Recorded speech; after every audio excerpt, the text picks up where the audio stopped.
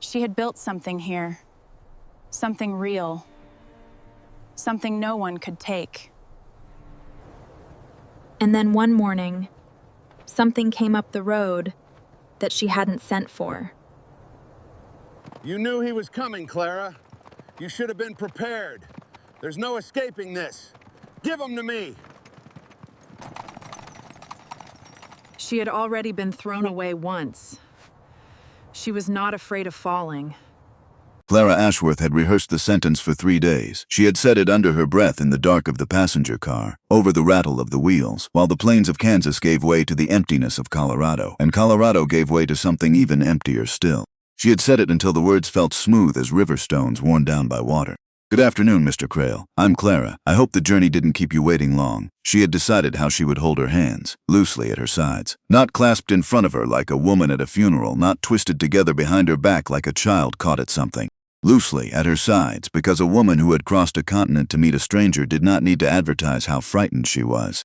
She had decided she would not cry, no matter how tired she was, no matter how strange his face turned out to be, no matter what the first minutes felt like. A woman who had come this far had already done her crying. She had done it in an empty house on Spruce Street that smelled of camphor and old paper, in the weeks after she had buried the last person who shared her name. She had done it standing at 3 separate graves in the space of 2 years, and she had made herself stop each time because there was always something left that needed doing, and grief left no room for the practical work that still had to be done. She was finished crying. She had decided that too.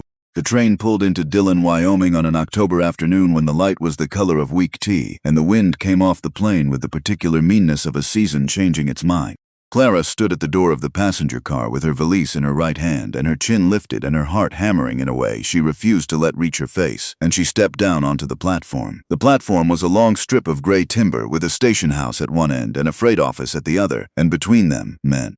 There were always men when a train came in, men leaning against posts, men with their boots crossed at the ankle and their thumbs hooked in their belts, men who watched anything new arrive in a town where nothing new ever did, because watching cost nothing and there was nothing else to do on a Tuesday afternoon in October.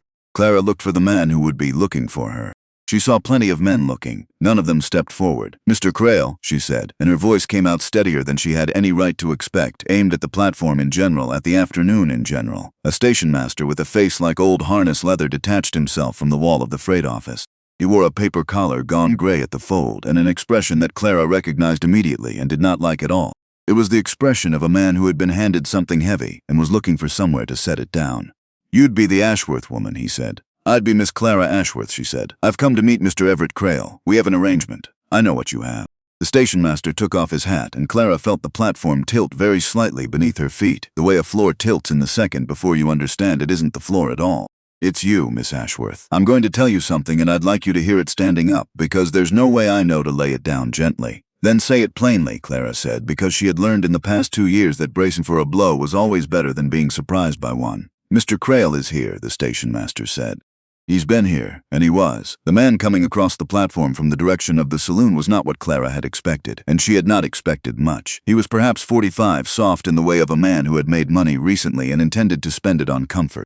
He wore a good suit gone slightly wrong at the seams, the suit of a man who had bought it when he was a little thinner, and had not yet admitted what had changed. His face was the face of a man who believed the world owed him a favorable accounting and kept careful track of every way it had come up short. He stopped 10 feet from her, not 8 feet, not 6. 10 feet, the careful distance of a man approaching something he had already decided not to touch. Clara Ashworth looked at Everett Crayle, and Everett Crayle looked at Clara Ashworth, and the looking went on long enough that the men along the wall began to understand they were watching something, and they straightened up from their leaning. "You're older than the letters said," Everett Crayle said. "I'm 29, Clara said. "The same as the letters said. You look more." He turned his head slightly, not quite to the men along the wall, but in their direction, an actor checking to make sure the audience was still seated. "I made an arrangement for a young wife, a strong one. A woman who could keep books and keep a house and give a man sons. I wrote to a Philadelphia lady of quality." His lip drew back very slightly. "What came off that train is a tired woman with a cardboard case and the look of somebody who spent the last year doing nothing but sitting with the dying." Clara felt something open in her chest, a cold space the way a door opens onto winter. "I have been sitting with the dying," she said. "I buried my father 6 months ago. Before that I buried my mother. Before that my brother. I wrote all of this to you, Mr. Crayle, in considerable detail, and you wrote back that it spoke well of my character. You wrote that a woman who could nurse a family through illness was exactly the kind of woman who could build a life in hard country." Her voice was level. It cost her something to keep it level, and she paid that cost without letting it show. You wrote me 41 letters. I have them. I counted. A man writes all manner of things, Everett Crayle said, when he thinks he knows what he wants, and when he finds out he was wrong. He says so. Crayle took a breath and turned fully toward the men along the wall, now openly, the way a man turns toward the people he has already decided are on his side. I'll not have the arrangement. I've thought better of it. I'll pay the station for a return ticket east, out of Christian charity, and that's more than I'm obliged to offer. He looked back at Clara, and his eyes were not cruel. They were something worse. They were indifferent. I'll not have my name attached to you, Miss Ashworth, and I'll thank you not to attach it to mine. He tipped his hat. It was a small gesture, perfectly executed. The little courtesy of a man who wanted everyone watching to see that he had handled an unpleasant piece of business like a gentleman. He turned to go. Mr. Crayle. He didn't stop. You wrote to me about the valley, Clara said, and something in her voice made him slow, even if it didn't make him stop. You wrote that in the fall the whole country turns gold, and you had never seen anything so fine. You said you hoped I would get to see it. She drew one breath. You wrote that to a woman you intended to bring here. You wrote it in your own hand, and you meant it when you wrote it, and now you are tipping your hat and walking away and calling that a conclusion. Everett Crayle stopped. For one moment, with his back to her and the men along the wall watching, his shoulders went rigid in a way that meant she had reached him. Clara saw it. She was sure of it. Then he said without turning, "A man'll write things to get what he thinks he wants. That's a lesson a woman do well to learn young, though I reckon you're past the age for it."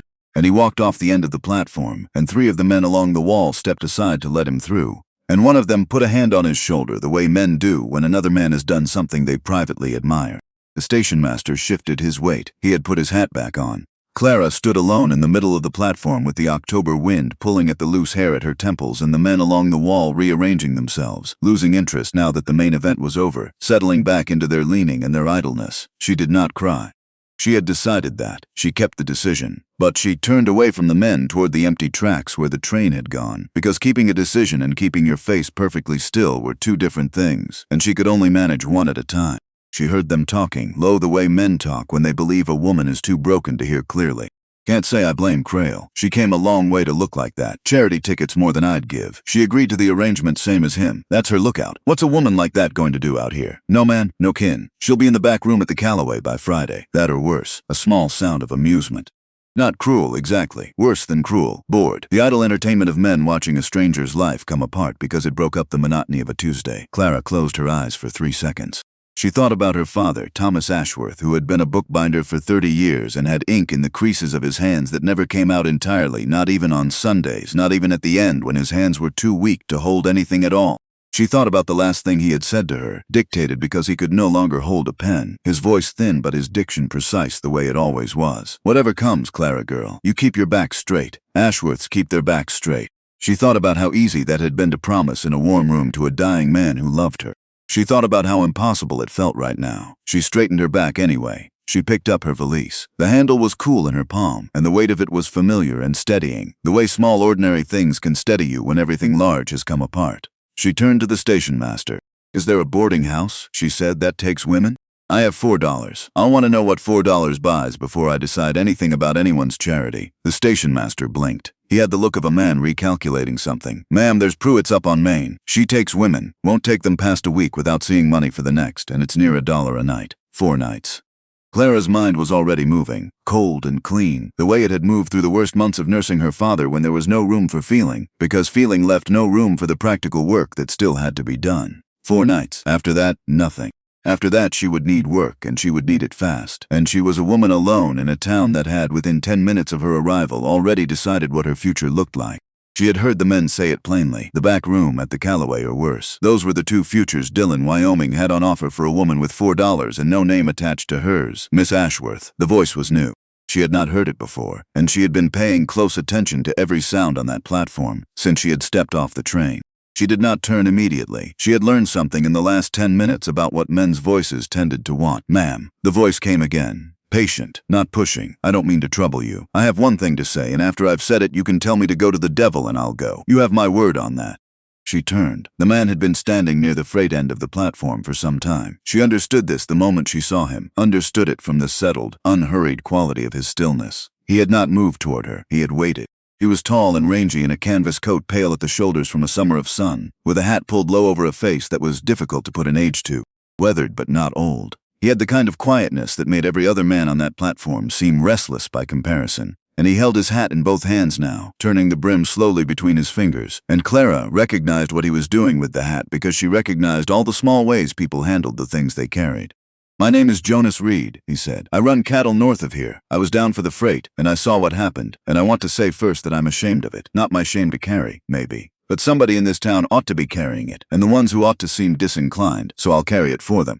Clara said nothing. She waited to see what he would fill the silence with. Jonas Reed waited too. He let the silence be what it was, and then he said, "I'm not going to tell you there are words that fix what Crayle did, because there aren't. A man does what he did to a woman on a public platform in front of witnesses. There are no words that amend it, and I won't insult you by trying to find them."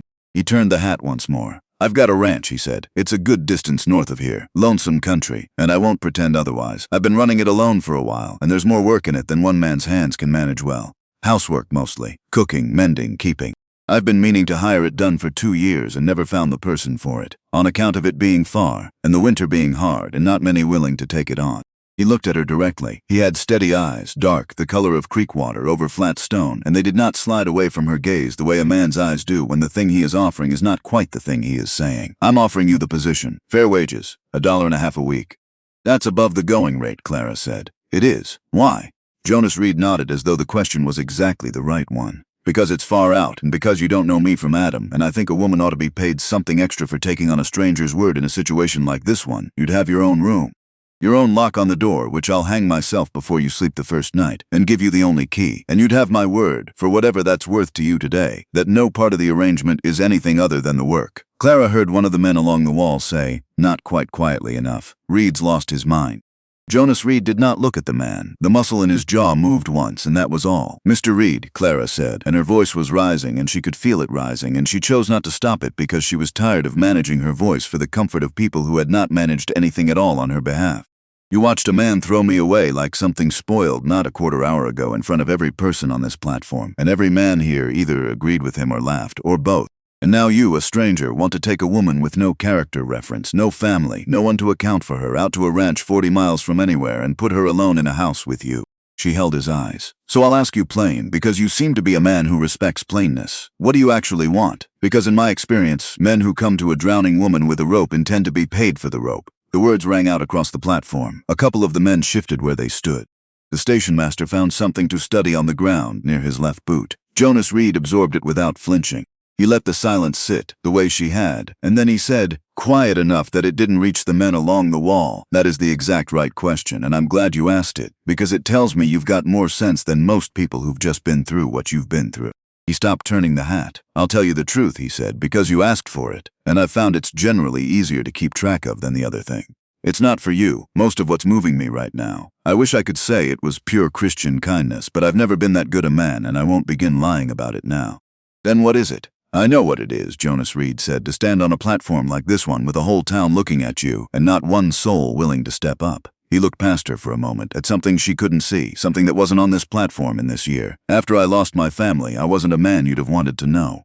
I did the things a man does when he's got nothing left worth protecting, including himself. There was a time this town would have crossed the street to keep from speaking to me." He came back to her. "Somebody stepped up anyway. Didn't ask me for a thing, just stood beside me until I could stand on my own."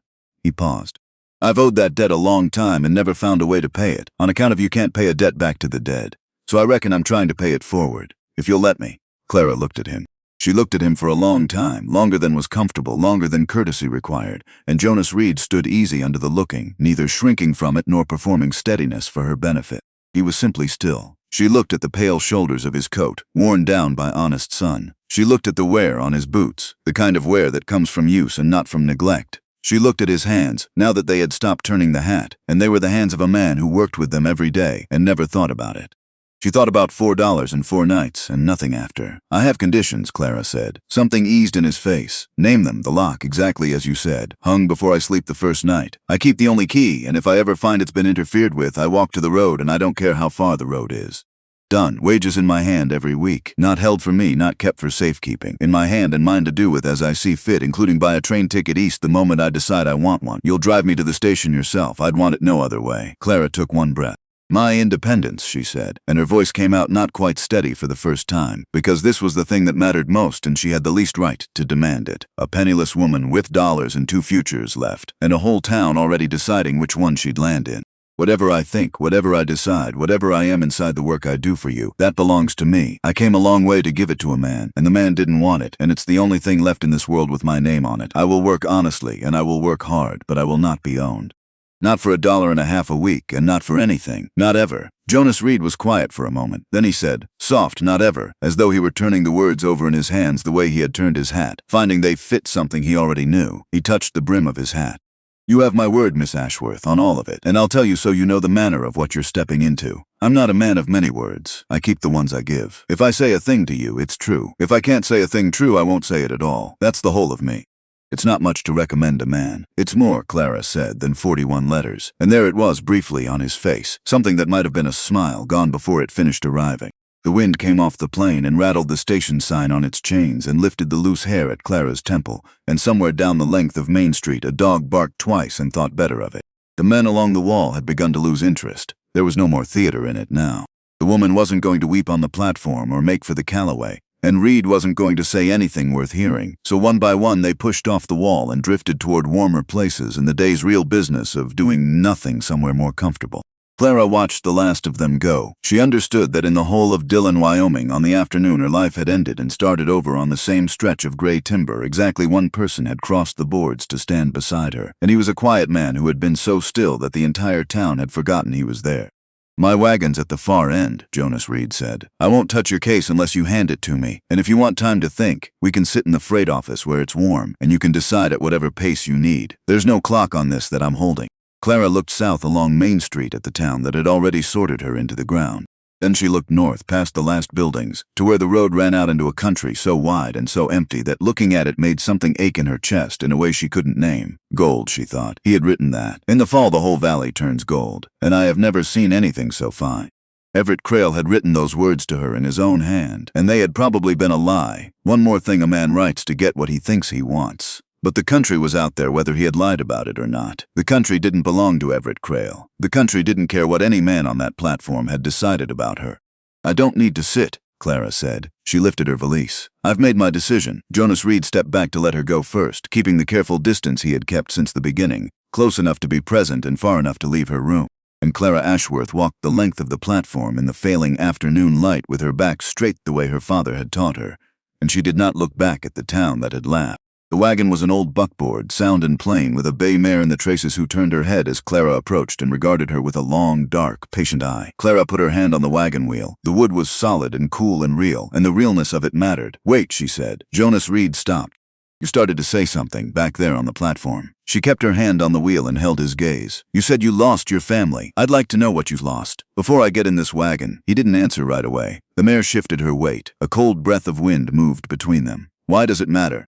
He said, not defensively, genuinely asking. Because I'm carrying a graveyard, Clara said, and the plainness of it surprised even her, but she kept going. I've buried everyone I've ever loved in the space of 2 years, and I came out here to try and outrun the sound of it. And I cannot go and live in a house with a man who has no debt of his own. A man who has never lost anything doesn't know what to do with a woman who is all loss. He'll try to fix it or he'll try to ignore it, and either way I'll be alone in it. She lifted her chin. I can't be alone in my grief in a stranger's house, Mr. Reed. I'd sooner take my chances in town. So tell me the truth of what you lost, or tip your hat and let me walk. For a long moment, Jonas Reed was very still. The stillness went deeper than his usual quiet, went down to something held under pressure for a long time. A wife, he said at last, rough as something dug up from frozen ground, and a boy.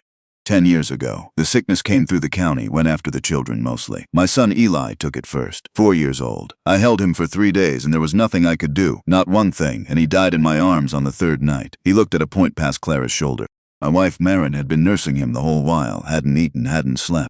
She took it off him, followed him inside the month. He was quiet for a moment. I dug both graves myself. Ground was frozen hard. It took me the better part of 2 days. Clara stood very still. So no, Jonas Reed said. You won't be alone in your grief in my house. You'll have company in it. Quiet company.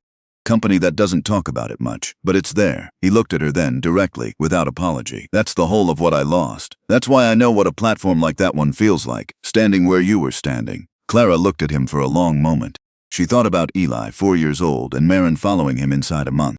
She thought about Jonas Reed digging 2 graves alone in frozen earth. She thought about Thomas Ashworth's ink-stained hands and Eleanor Ashworth's kitchen that went quiet when the singing stopped, and Daniel, her brother Daniel, 16 years old and gone into the ironworks because Clara had not found another way. "All right, Mr. Reed," she said. And she climbed up onto the buckboard and settled her valise on her knees and folded her hands on top of it and looked straight ahead down the road that ran north into the wide country. "Drive slow. It's been a hard day." "Yes, ma'am," said Jonas Reed. He climbed up beside her, gathered the reins, and clicked to the mare. The wagon rolled off the end of the platform and out onto the road, and behind them the town of Dillon, Wyoming went on about its small business and did not look up to watch them go. The road north ran a long way before it ran anywhere, and Clara Ashworth did not say a word for the first hour of it. She sat with her valise on her knees and her hands folded on top of it and watched the land open up around her, vast and indifferent and completely without interest in what had happened on that platform, and she let the town fall away behind her, one fence post at a time.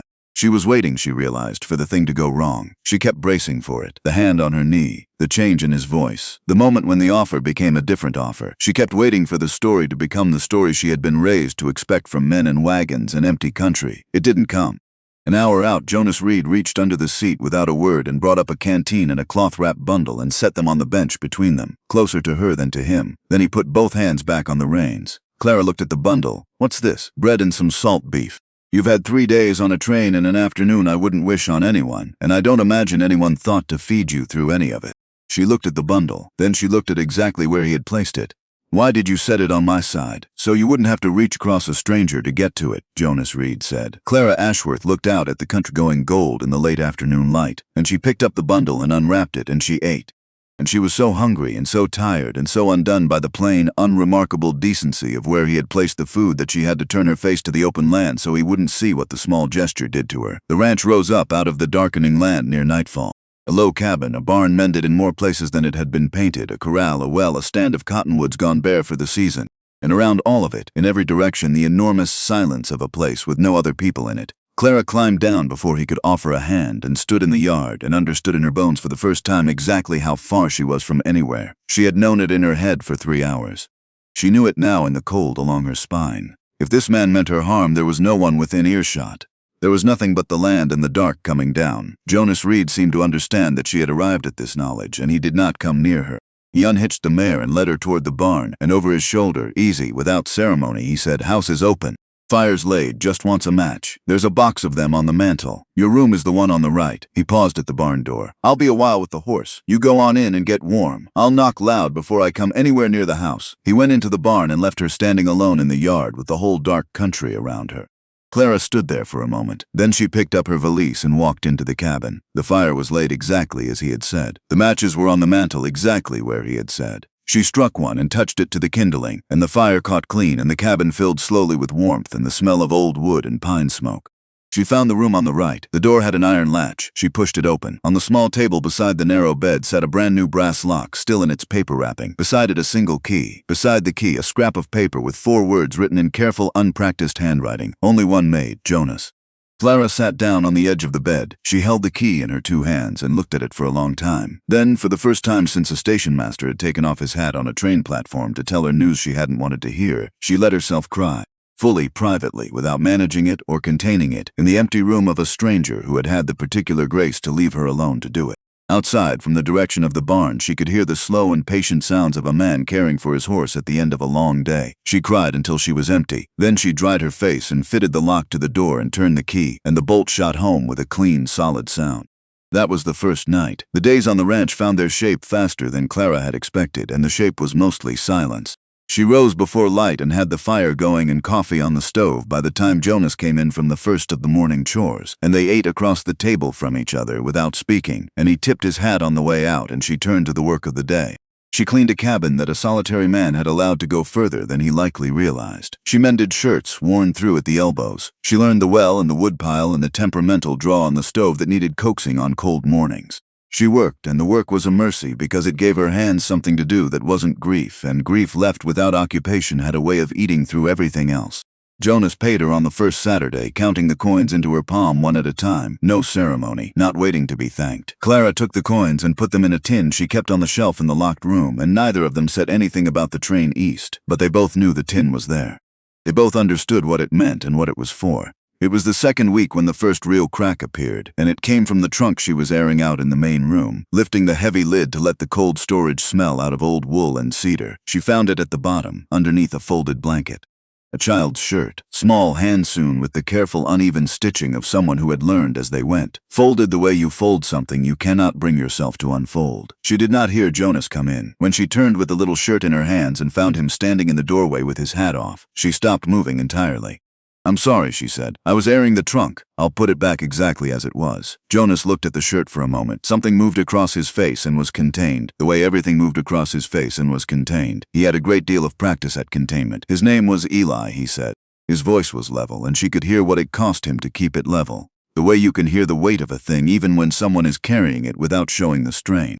He'd have been 15 this past spring. Then he put his hat back on and walked out to the barn, and he didn't come in for supper that night. Clara set 2 plates anyway. She kept his warm as long as the fire held, and then she covered it and left it on the table, and in the morning it was gone and washed and back on the shelf. Neither of them mentioned it, but something had shifted. He had given her a name. She hadn't asked, and he had given it, and she understood that a name is a door, even when it closes again quickly behind the giving. She was learning the shape of him, the way his silence was not distance but rest. The way he said exactly what he meant and nothing more, so that the few things he did say arrived with a weight she had not encountered in men who used more words. She was learning that the careful distance he kept from her was not coldness but respect, the active, effortful respect of a man who understood what it meant to be a woman alone, far from anywhere, and chose every day to make that position as safe as it could be made. She was still waiting to find the edge of it, the limit, the place where the offer became something else. It was not there. She filed this information away carefully, the way she filed everything now, cautiously, without drawing conclusions too quickly. She was learning to read the land, too, the way the light changed in the hour before dark, going from clear to amber to something deeper that was not quite any color she had a name for. The way the cottonwoods along the creek held their bare branches against the sky like something calligraphed there. The silence that was not absence but presence, enormous and indifferent and oddly restful, once she stopped waiting for it to become something threatening. He had written about the gold. In his letters, Everett Crayle had written about the valley going gold in the fall, and she had believed it, because it was a beautiful thing to write, and it had seemed like the kind of beautiful thing that must be true. She stood one morning at the edge of the yard in the thin October light and looked out at the country stretching north and west and realized that the gold was real. It had nothing to do with Everett Crayle. It had been out here long before him and would be out here long after, patient and enormous and entirely without interest in the arrangements of small men on train platforms. She had come all this way to see it. She was seeing it. The trouble came on a gray afternoon in the 3rd week, on horseback and without much warning. Clara was at the well when she saw the 2 riders coming up the road from the south, and her whole body went cold before her mind had caught up to the reason. She set the bucket down slowly on the well's edge and straightened up and looked toward the barn where Jonas was working, and then back at the riders. The man in front was heavy-set, with the look of someone who had inherited his confidence rather than earned it. He rode a good horse badly. Beside him, a leaner man with a badge pinned crookedly to his coat, the badge of a man who wore the law like a borrowed coat and knew it didn't quite fit. Clara stood where she was. She did not run. She had learned already in a very short time that a woman in open country does not run toward or away from anything she hasn't yet understood, because running tells a man everything about where your fear lives. The heavy-set man drew his horse up at the edge of the yard and looked down at her from the saddle, and Clara looked back up at him, and recognition came slowly, the way it comes when a face is similar to one you know rather than identical to it. The same set of the mouth, the same self-satisfied accounting in the eyes, a heavier version, rougher, with less money invested in the presentation of himself. Boyd Crayle. "You'd be the Ashworth woman," Boyd Crayle said, and it was the exact phrasing the station master had used on the platform, the exact flat taxonomy of it, and hearing it from Everett Crayle's brother out here, where there was no platform and no station master and no men along the wall to limit what happened next, made Clara's hands curl at her sides. "I'd be Miss Ashworth," she said, "and you'd be trespassing. This is Mr. Reed's land." Boyd Crayle smiled with his mouth alone. "You've gotten comfortable. 2 weeks off the train and already telling men whose land they're standing on." He leaned on the pommel with the ease of a man who had never been told no by anyone who couldn't be ignored. "My brother Everett has a concern, and he sent me to speak it. There's talk in town about a decent unwed man living out here, alone with a woman he picked up off a platform. A woman with no character and no kin and no proper arrangement. That kind of talk spreads. That kind of talk damages a man standing." His eyes moved over the yard, the barn, the cattle in the near pasture, calculating as a ledger. "My brother would hate to see Reed standing damaged on account of a woman who isn't worth the trouble she brings." Clara felt the fear move through her, cold and specific, and she let it move and kept her face still and said, "Your brother stood on that platform and said in front of 40 people that I wasn't worth the ticket he'd already paid for." Your brother is not losing sleep over anyone standing. So say the true thing you came to say, or turn those horses around and go back to town, because I have water to carry and I have had my fill of Crayle men talking pretty while they do something ugly. The badge-wearing man made a sound that might have been a laugh before he thought better of it. Boyd Crayle's face went flat and hard, and he swung down off his horse. He was 3 steps into the yard, coming toward her with the deliberate pace of a man reminding a woman of the difference in their sizes. When the barn door opened, Jonas Reed came out of the barn. He did not hurry.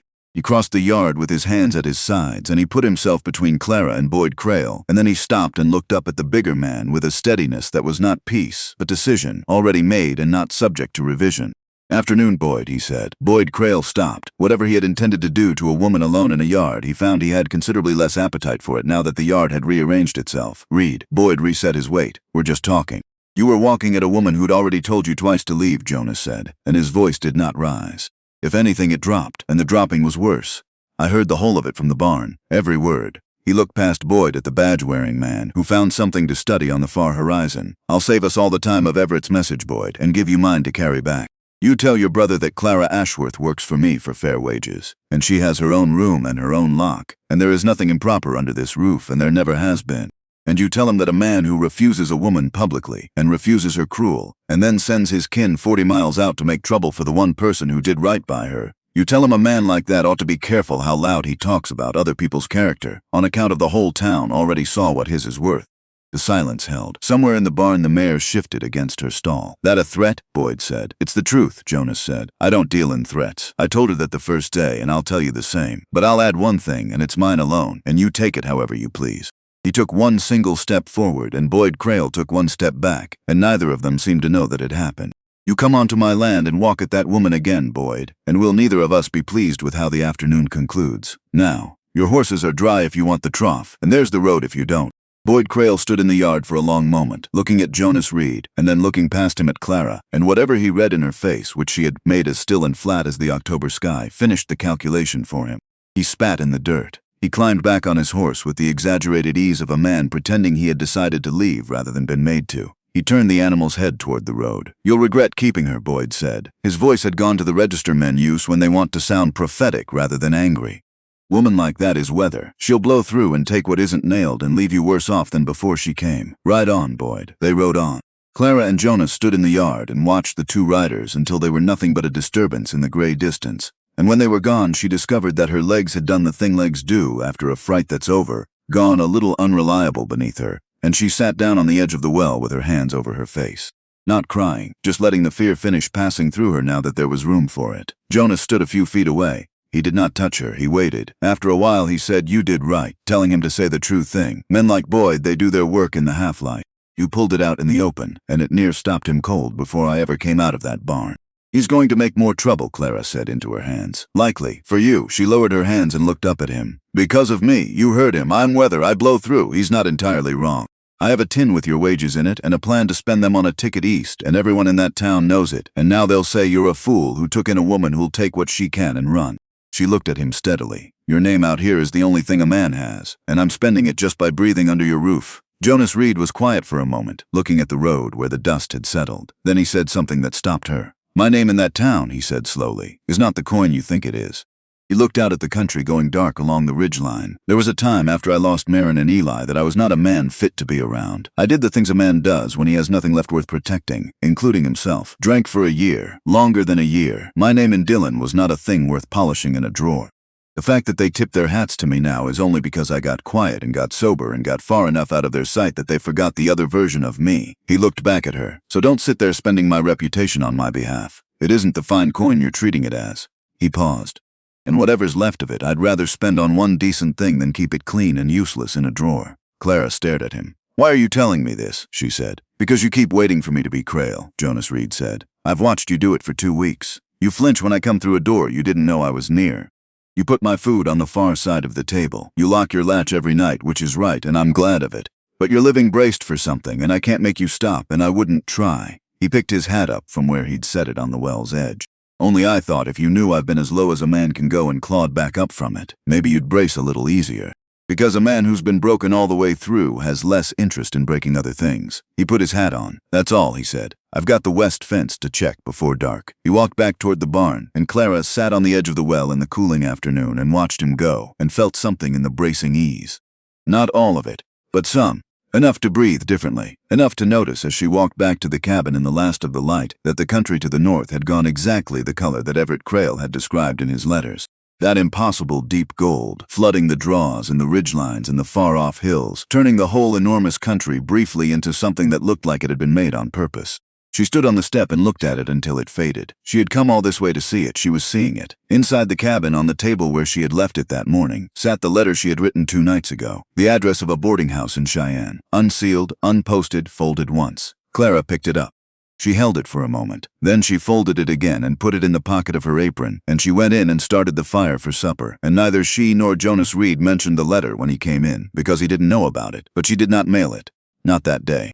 And in the morning she took it out of her pocket and stood in the cold yard with it for a long time, while the mare watched her from the corral with her long-suffering patience, and then she put it back in her pocket and went in to start the coffee. The letter stayed in her pocket for 3 more days. And then one morning she was making up the fire, and she used it without thinking, just reached into her pocket for a piece of scrap to catch the spark, and it was only when the flame took hold that she understood what she'd done. She watched it burn.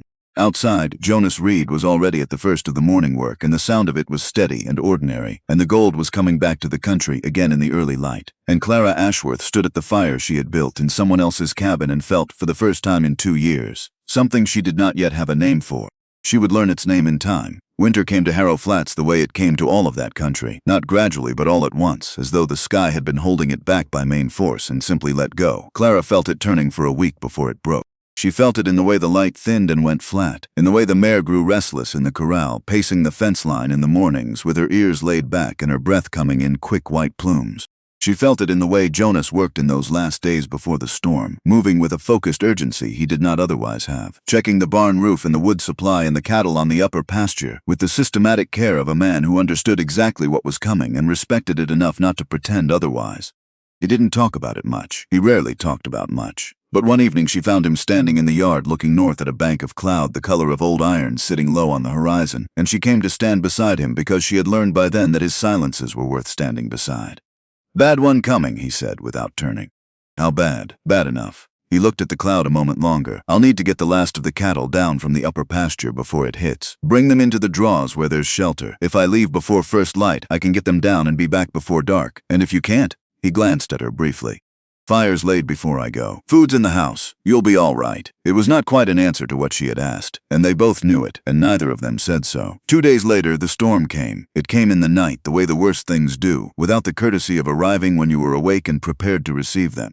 Clara woke to the sound of the wind trying to take the roof, a sustained, furious assault that made the whole cabin shudder and groan, and she lay in the dark for a moment listening to it, and then she got up. The fire had burned down to coals. She built it back carefully, adding wood in the particular order she had learned from watching Jonas, the way he placed the larger pieces so that the heat moved through them evenly rather than burning fast and hot and leaving nothing. She wrapped a blanket around her shoulders and sat close to it while the storm raged outside with the single-minded violence of something that did not know or care what stood in its path. Jonas had left before dawn. He had told her he would be back before dark. It was well past dark now. Clara sat by the fire and listened to the storm and told herself a series of reasonable things.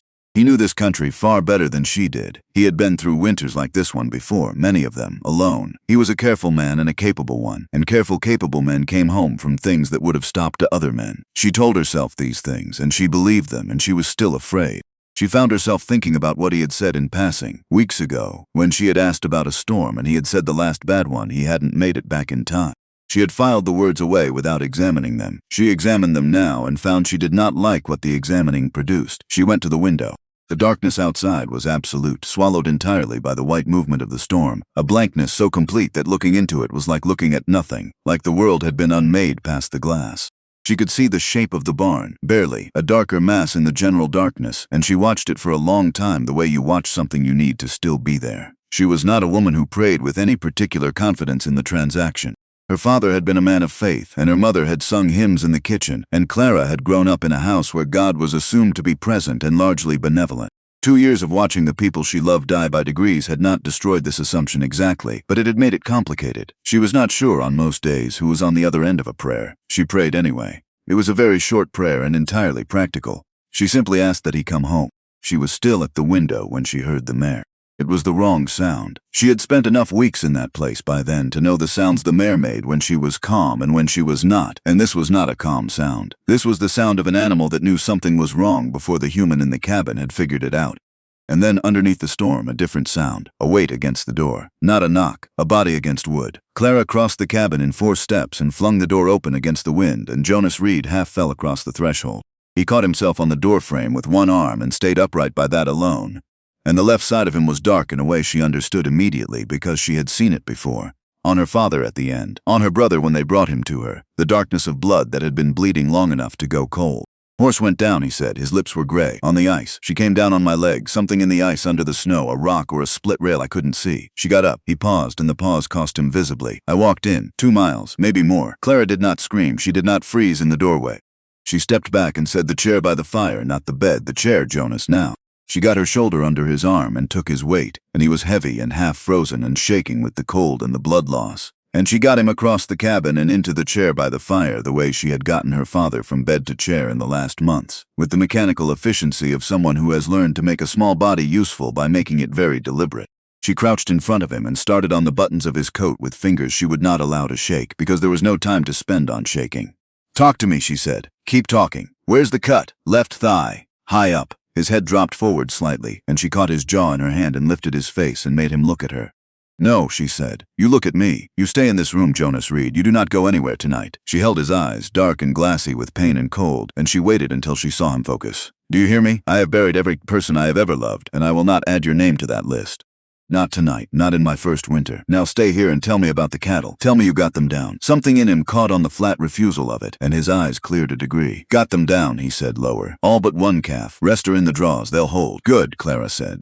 She was working at his trouser leg, cutting the seam back with the small knife she used for kitchen work, her hands moving ahead of her, thinking the way they had learned to do in the worst of her father's illness.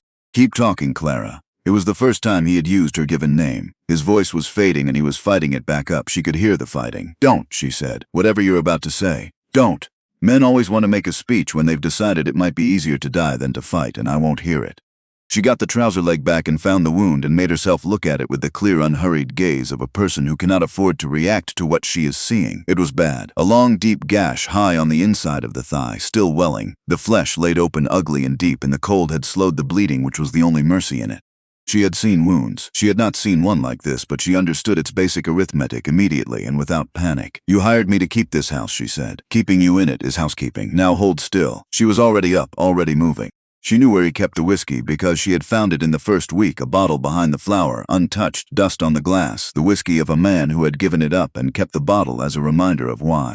She knew where the sewing kit was because she had used it every week for his shirts. She knew where the clean linen was because she had washed and folded and put it away herself. She moved through the cabin in the firelight, collecting what she needed, and she talked while she moved, not because she thought the words mattered, but because sound gave him something to hold to, a rope thrown into a current, and she needed him conscious for what came next. I had a cat in Philadelphia, she said, pulling the linen into strips with a tearing that was loud against the storm. Gray, enormous, completely useless. My mother named him Reverend because he had the same expression as the man from our church, very dignified and entirely unimpressed with everything. He lived to be 14 and spent the entire time disapproving of the household. She came back to him with the whiskey and the linen and the sewing kit and crouched in front of the wound. This is going to be bad, she said. I'm not going to pretend otherwise. Hold the arms of the chair. She poured the whiskey over the wound. Jonas Reed came up out of the chair with a sound she had never heard from him, a sound she suspected he had never made before, and she put her forearm flat across his chest and pressed him back and said, I know, I'm sorry. She held him there until the worst of it passed. Once more, it has to be clean. She poured again. He made no sound the second time. He gripped the arms of the chair until the wood protested, and he stared into the fire with his jaw set and his breath coming in long measured increments, the breathing of a man turning pain into something manageable by sheer force of concentration. Clara threaded the needle in the firelight, and her hands were steady. This surprised her later, when she thought about it. In the moment it did not surprise her at all, because there was no room in the moment for surprise. There was only the firelight and the wound and the needle and the necessity. She set the first stitch. She talked the whole while. About Philadelphia, about her father's bindery and the smell of it, leather and glue and the particular dry smell of old paper. About the way Eleanor Ashworth had made biscuits every Sunday morning without a recipe, by feel by the way the dough looked and sounded and behaved, and how Clara had tried to learn it and never quite managed it, the biscuits always coming out a little too dense, a little too earnest. She talked about Daniel, her brother, who could make their father laugh at the very end when nothing else could, who had a gift for finding the absurd thing inside the terrible thing and holding it up to the light. She talked about these people and these small things not because Jonas knew them, but because the talking was the rope, and she needed to keep throwing it, stitch by stitch, drawing the ugly wound closed with the careful, unhurried patience of a woman who had learned that patience was not a quality you were born with, but a skill you built out of necessity, one hard day at a time. Jonas did not cry out again. He held the chair and breathed and stared at the fire, and occasionally he made a sound low in his throat that meant the pain had spiked. And Clara said, "I know, almost done, hold on," without looking up, because looking up would mean stopping, and stopping was not an option. She finished. She bound the wound clean and tight, and she sat back on her heels and looked at her work in the firelight. And it was the best she could do, and she believed it was enough. And believing it had to be enough because there was a foot of snow on the ground and 40 miles to the nearest doctor, and the night had closed around the cabin like a fist. She got broth into him. She had broth on the stove always in winter, her mother's habit, a pot of bones and vegetables that replenished itself daily, and she heated it fast and got it into him a spoonful at a time, slowly, steadily, not asking him to manage more than one thing at a time. He was shaking, and she pulled blankets around him, and she built the fire higher than she usually did, wasteful with the wood, not caring. "You're not moving to the bed tonight," she told him. "The chair is closer to the fire, and I need to watch the leg. If you try to move, I'll sit on you." Something moved in his face that was not quite a smile, but was in the same neighborhood. "You think you could manage that?" "I nursed a 200-pound man with lung disease for a year," Clara said. "I can manage a fool who walked 2 miles in the snow with a hole in his leg." He was quiet for a moment, looking at the fire. Then he said, not quite steadily, "The mare. Is she all right?" "I don't know. I'll check her in the morning. She might be hurt, if she went down hard on the ice." "In the morning, Jonas. There is nothing either of us can do for your horse tonight that cannot wait for the storm to ease. Tonight you sit in that chair and you drink the broth and you stay awake." She met his eyes. "I'll be right here." She was right there. She sat on the floor beside the chair, close enough to hear his breathing, close enough to know immediately if it changed. The storm went on outside, vast and indifferent, and the fire popped and settled, and the cabin held. She was not sure when she stopped being afraid. It happened gradually, the way fear retreats when the hands have been busy long enough, the way the body decides that it has already survived the worst moment and recalibrates accordingly. The wound was closed. The broth was in him. His color was coming back, slow but real, the gray leaving his face and something warmer moving in under it. She watched his face the way she had watched her father's face in the bad nights, for the signs that things were tipping the wrong direction, and the signs did not come. Near the darkest part of the night, when the storm had cried itself down to a low, steady moaning, she felt his hand come to rest on the top of her head. Just rest there. Heavy and warm and asking nothing, she went very still. "You saved my life," Jonas Reed said into the dark. "I kept the house," Clara said. "It's what I'm paid for." The hand did not move. "Is that the only reason?" he said. Clara Ashworth sat on the floor of a cabin at the edge of the known world with a near-dead man's hand on her hair, and she found that she could not say yes. She searched for the yes, and it was not where she had left it. She could not locate it anywhere. She did not say anything at all, and the not saying was its own answer, and they both understood it, and neither of them named it. And the fire burned down slowly, and outside the last of the storm dragged itself away across the plain. The fever came with the morning. She had half expected it and was still not prepared for the helplessness of watching it arrive. The heat pouring off him even through the blankets, the shivering that came and went in waves. The way his eyes, when they were open, had a quality of looking at things that were not in the room. He talked to the boy. He talked to Eli in a low, uneven voice, sometimes clearly and sometimes in fragments that made sense only in the country of the fever. He told him not to go out in the cold. He told him to stay close to his mother. He said "son" in a tone of such naked tenderness that Clara had to turn her face away the first time she heard it, because she understood that this was a man's most private self, the self that existed only in relation to the child he had lost, and she was hearing it without permission. She sat with a cloth and cool water, and she pressed it to his forehead and his wrists, and she listened to a man beg his dead 4-year-old to come in out of a storm that had already killed him, and she wept for the first time since her first night in that cabin, silently so as not to wake him into knowing she had heard. She wept for the boy who had asked for his father and not had him, and she wept for the man who had lived with that every day for 10 years, and she wept for her own dead, for Daniel most of all, the way she always came back to Daniel in the end. The fever ran 3 days. She did not leave him for more than minutes at a time. She went to the barn to check the mare, who had made it back on her own and stood in her stall, favoring one foreleg but otherwise sound, and she broke the ice on the trough and threw feed and came straight back. She melted snow for water and kept the broth going and changed the binding on the wound and watched the flesh around the stitches for the red streaks that meant the end of things, and the red streaks did not come. The stitching held clean. She slept in the chair beside him in pieces, an hour here and an hour there, waking at any change in his breathing.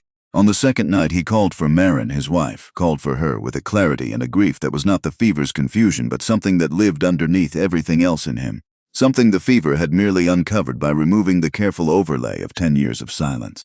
Clara sat beside him and pressed the cool cloth to his face and said quietly, "She's not here, Jonas, but I am. I'm right here." On the third night the fever broke. It broke all at once, the way it does, in a sudden drenching sweat that soaked through everything, and she changed the blankets and the binding and got more broth into him, and when she looked up from the work of it, his eyes were open and clear for the first time in 3 days.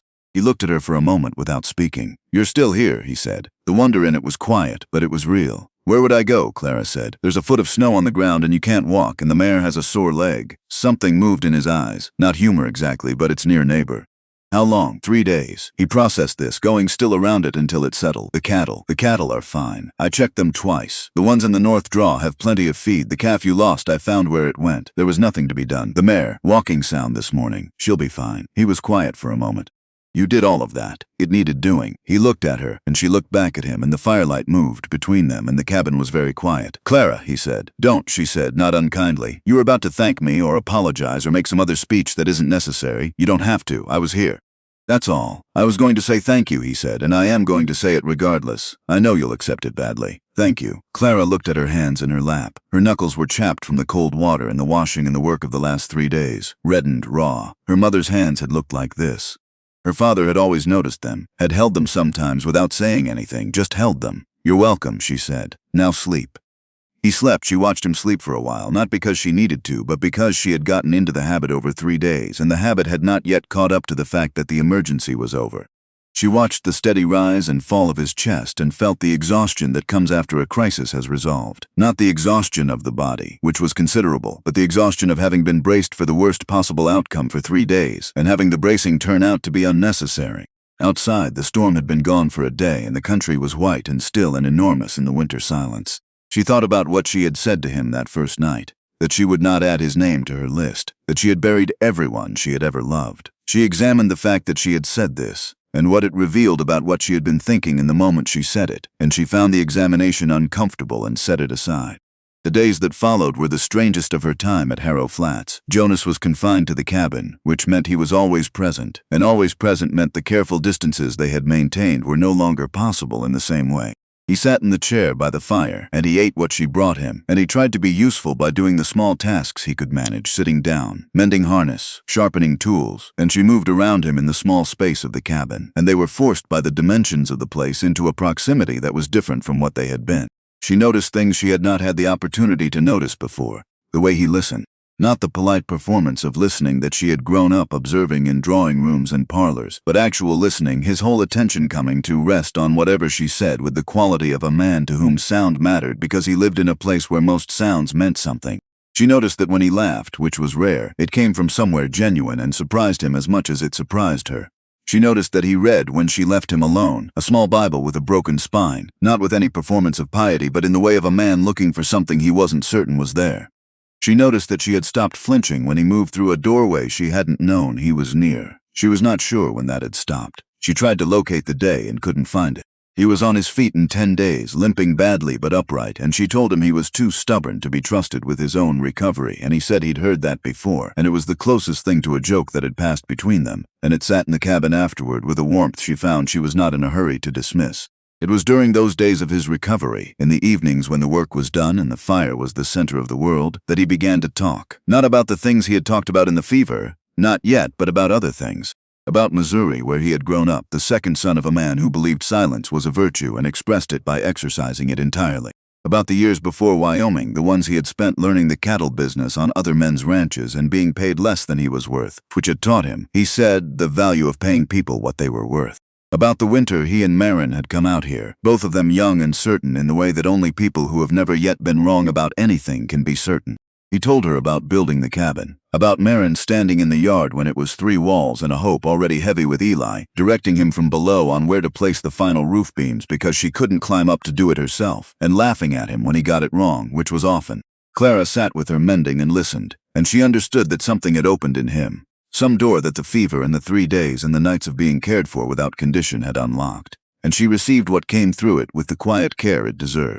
One evening he stopped in the middle of something he was saying and looked at her across the fire and said, "You never talk about them, your family." She kept her eyes on the mending. "I talk about them some. You talk around them. You say my father or my mother or my brother. You don't say their names." Clara was quiet for a moment. The needle went in and came back out. "No," she said, "I don't." "Why not?" She thought about it. "Because once you say a name," she said carefully, "it becomes real in a way it wasn't before. And if it's real, then the loss of it is real, and I've been." She stopped, started again. "I've been carrying the weight of them without letting myself feel the full weight. Because I didn't think I could. Because if I felt the full weight of it, I wasn't sure I'd still be able to walk." Jonas was quiet. The fire popped. "I know that," he said. "I know exactly that." When the snow settled enough for the circuit preacher to make his rounds, he came through Harrow Flats on a gray morning 6 weeks after the storm. His tired horse and his patient wife arriving at the cabin door with the matter-of-fact bearing of people who lived their whole lives in other people's consequential moments. Jonas had raised the question of marriage 2 evenings before at the table after supper, in the way he raised all consequential things, directly and without preamble. "There's been talk in town," he said. "I know there has because Merrill Cosgrove came by the outer fence last week to check on the cattle and let me know about it," which was his way of being kind about something that wasn't kind. About a man and a woman alone in a storm for 3 days and the nights between them. He turned his cup in his hands. "The talk is wrong. You know it's wrong. I know it's wrong. But it'll follow you, Clara. When you take that tin and buy your ticket east, it'll be waiting at the other end of the line because word travels the same way weather does without asking permission."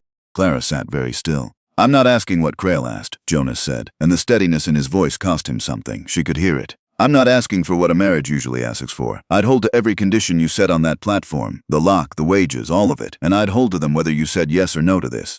This isn't about what I want. This isn't collecting on the rope." He looked at her. "But if you wanted a name that was yours by right and not by anyone's permission, and a home that couldn't be taken from under you, and a man who'd put his hand in fire before he'd raise it to you, it's here.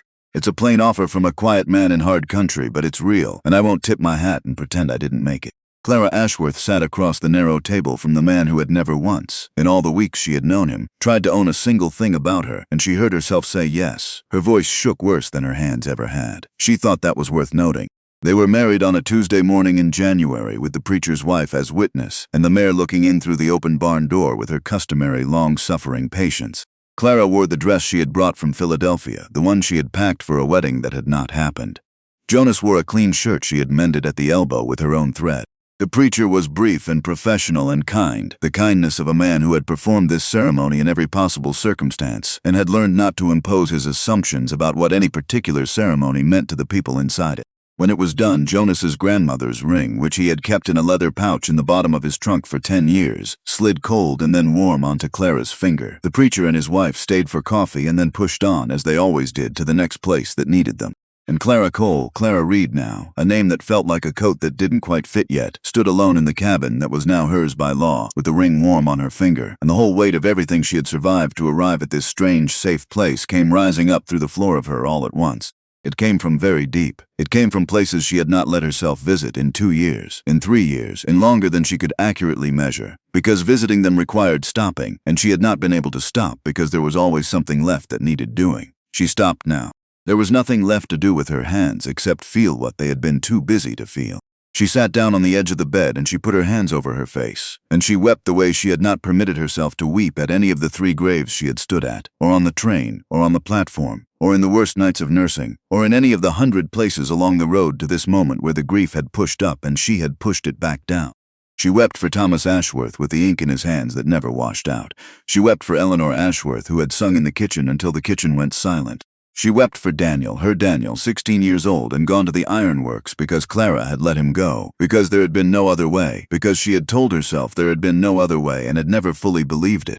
She wept until she was empty. The door opened quietly. She did not hear it over her own crying. She heard him sit down beside her, not close enough to crowd her, close enough to be present. He did not tell her to stop. He did not tell her everything would be all right. He waited and he was still and he let her cry it all the way out.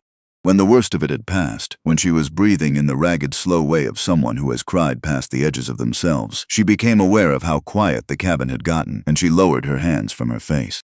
Jonas Reed sat beside her in the firelight, and he was looking at her with an expression she did not have a word for, something that contained recognition and sorrow and something older than either of them. Tell me their names, he said. The words landed in the quiet of the cabin, and Clara felt them land, felt the weight of them and the gift of them. This man asking her for the thing she had been carrying alone for so long that she had forgotten it had a name. I can't, she whispered. You can, Jonas said, in the same quiet voice he used on the mare when she was frightened, on the cattle in the draws, the voice he used on things that needed steadying. You've been carrying them alone a long time. When I lost Eli, I said his name to nobody for months, and the not saying made it worse. Not better, worse. Like the silence was a second loss on top of the first. He was still looking at her. Say one. Just one. I'll hold it with you. Then it's two of us carrying it. Clara stared into the fire. The flames moved. She found in the movement of them something to aim at that was not a face. My father, she said, and her voice broke on it, and she pushed through the brake. Thomas Ashworth. He was a bookbinder. He had ink in the creases of his hands from 30 years of the work, and it never washed out completely. Not even at the end when he couldn't hold anything anymore. A sound came out of her that was half grief and half something that was almost fondness, terrible and real. I used to think when I was small that all fathers had black hands. I thought it was just how fathers were. Thomas Ashworth, Jonas said, quietly, holding the name steady the way she had heard him hold a weight with his hands, evenly, without strain. The bookbinder. Clara pressed her fist to her mouth, then lowered it. My mother, Eleanor, she died first, before my father even got sick. A fever, 3 days, and then she was gone. I was 19. She shook her head. I never got to be a woman with her. She never saw me grown. She used to sing when she cooked, always some hymn, always slightly off-key, and she didn't care at all that she was off-key. And after she died, I couldn't stand to be in the kitchen because it was so quiet, and I used to hum just to fill it, badly, the same way she sang badly. She looked at Jonas with something stricken in her face. I stopped humming. I don't know when I stopped. I just stopped, and I didn't notice until it had been a long time. Eleanor, Jonas said. Who sang? Clara nodded, and the tears came faster now, but they came differently than before. They came with less resistance. They came as though something had been given permission. And my brother, she said, and here her whole body changed. A different quality of grief entered the room, the deepest vein of it, and Jonas saw it and went very still. Daniel, he was 16, he was. Her voice shredded. She stopped. She made herself continue. He was the funniest person I have ever known. He had a gift for finding what was absurd about a terrible thing and making my father laugh with it, even at the very worst. And after Mama died and Papa got sick, it was just the two of us holding the whole house up. She stopped again. This stop was longer. What happened to Daniel? Jonas asked, as gentle as she had ever heard him say anything. There wasn't money, Clara said. By the end, a year of doctors and no work coming in. And I couldn't be in 2 places. I couldn't nurse Papa and earn 2, so Daniel went to work. 16 years old, he took a job at the ironworks down by the river because it paid more than a boy's work should. And everyone knew why it paid more. Her hands were shaking now, both of them. I let my baby brother walk into that place, because we needed the money to buy more time for my father, who was dying anyway, who was going to die regardless of what we spent. Her voice dropped to almost nothing. There was an accident. A line broke. They came to tell me while I was spooning broth into my father. She folded over her own knees, and what came out of her was the raw, unmaintained grief of a wound that had never once been properly dressed, had been held shut by sheer will for 2 years, and was now finally opening all the way. Jonas reached out and put his hand flat between her shoulder blades, warm and steady and not moving. Not patting, not rubbing, just present, just there. He let her cry it all the way out. He didn't tell her she was wrong to blame herself. He didn't tell her it wasn't her fault. He had been honest with her from the first day, and he was too honest to say a comforting thing he couldn't stand behind. He just kept his hand where it was.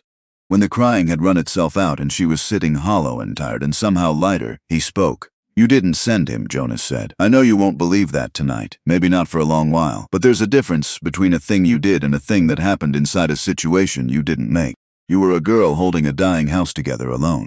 Your brother was a person who loved you and made a man's choice to help. What killed him was a careless workhouse run by men who didn't care if boys died in it. His hand was still between her shoulders. You let him be who he was. That's what love does. It's the hardest part. Clara lifted her face. It was wrecked and she knew it, and she didn't care. Now you, she said. Jonas looked at her. You asked me, she said, and her voice was hoarse but steady. You asked me for their names and I gave them. That was the bargain. I didn't name it as a bargain, but it was one. So now you give me yours. She held his eyes. All of it. Not what you told me the first day.